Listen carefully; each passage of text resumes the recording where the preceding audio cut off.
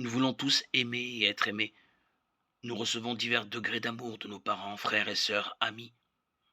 Mais la plupart d'entre nous aspirent aussi à trouver cette personne spéciale avec laquelle ils pourront partager un amour plus profond. Trouver le véritable amour peut sembler incroyablement difficile et nous ne comprenons pas souvent pourquoi il est important de se poser la question de sa propre définition du véritable amour. Comprendre ce qu'on entend par là nous aide à comprendre ce que nous cherchons et pourquoi nous le trouvons ou pas.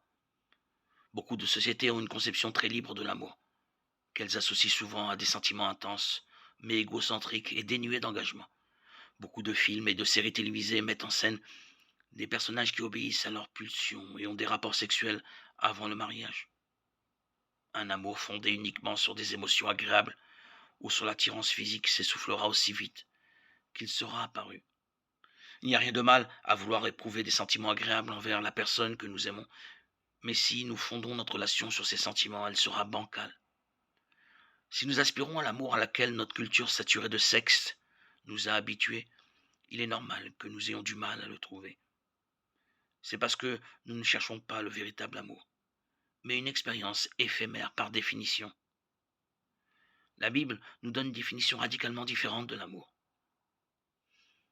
Le véritable amour vient de Dieu, car Dieu est amour. 1 Jean 4,8. C'est lui qui a mis en nous le désir d'aimer et d'être aimé. C'est pourquoi il est si crucial de comprendre ce qu'est l'amour pour lui.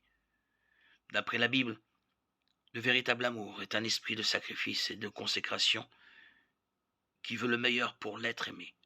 Jean 15,13. L'amour de Dieu pour nous l'a conduit à la croix. Nous pouvons être certains que Jésus n'avait pas de sentiments agréables en allant à son lieu de crucifixion. Luc 22, 42, 44. La Bible dit que nous sommes l'épouse de Christ. Matthieu 9, 15. Éphésiens 5, 32.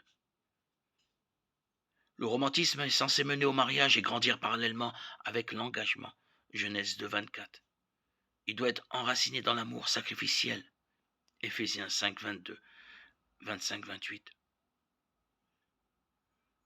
Un certain nombre d'éléments peuvent nous empêcher de trouver le véritable amour selon le plan de Dieu. Nous pouvons faire l'erreur de penser qu'il n'y a qu'une seule bonne personne pour nous et donc craindre de la rater. Si nous attendons notre parfaite âme sœur, nous attendrons longtemps. La personne que nous décidons d'épouser devient de ce fait la bonne personne pour nous parce que nous nous engageons à passer notre vie avec elle.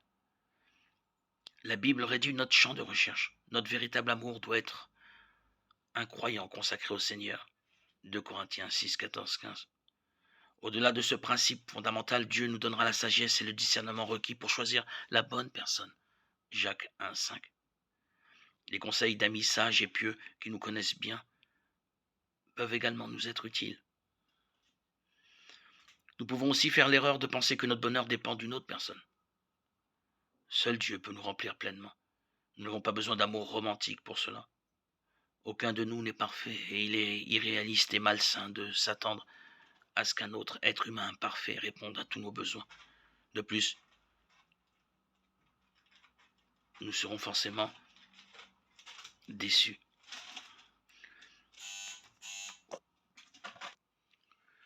Une autre erreur à ne pas commettre est celle de ne pas être prêt à changer et à grandir. On s'imagine facilement de quel genre de personne on voudrait tomber amoureux, mais combien d'efforts faisons-nous pour devenir cette personne nous-mêmes? Nous avons tous des défauts que nous devons corriger avec l'aide de Dieu, afin de devenir la personne qu'il veut que nous soyons. On peut être tenté de penser que tous nos problèmes se résoudront d'eux-mêmes quand nous aurons trouvé le véritable amour. Mais non, une relation d'intimité avec quelqu'un d'autre, loin de résoudre nos problèmes, les exacerbera. Si nous sommes disposés à changer et à grandir, le faire qui aiguise le fer, Proverbe 27, 17, peut faire partie de la bénédiction d'une relation. Mais dans le cas contraire, notre relation sera tendue et finira par rompre. Cela ne veut pas dire que tous nos problèmes personnels doivent être résolus avant que nous puissions nous marier, mais nous devons prendre l'habitude de demander à Dieu de nous montrer ce que nous devons corriger dans notre vie. Psaume 139, 23. En devenant la personne que Dieu veut que nous soyons, nous serons mieux préparés pour une relation dans tout ce que cela implique. L'amour et le mariage ne doivent pas être pris à la légère. Il vaut mieux faire attention que de prendre une décision précipitée. Le Cantique des Cantiques nous avertit à 3 reprises. Ne réveillez pas l'amour avant qu'elle ne le veuille. Cantique des Cantiques 2:7. Le moment de Dieu est toujours le meilleur. Nous savons que Dieu comprend notre aspiration à trouver le véritable amour. Si nous lui abandonnons pleinement ce désir, nous serons soulagés du fardeau de vouloir le trouver par nous-mêmes. Matthieu 11, 29, 30. L'amour est une qualité essentielle de Dieu, qui nous montre dans la Bible ce qu'est le véritable amour. Le redéfinir ou chercher à le trouver en dehors des voies prévues par Dieu n'entraîne que frustration et désillusion. Si nous abandonnons nos désirs à Dieu, nous soumettons à sa volonté et cherchons tout en lui, nous trouverons alors le véritable amour. Fais de l'Éternel tes délices et il te donnera ce que ton cœur désire. Psaume 37, 4.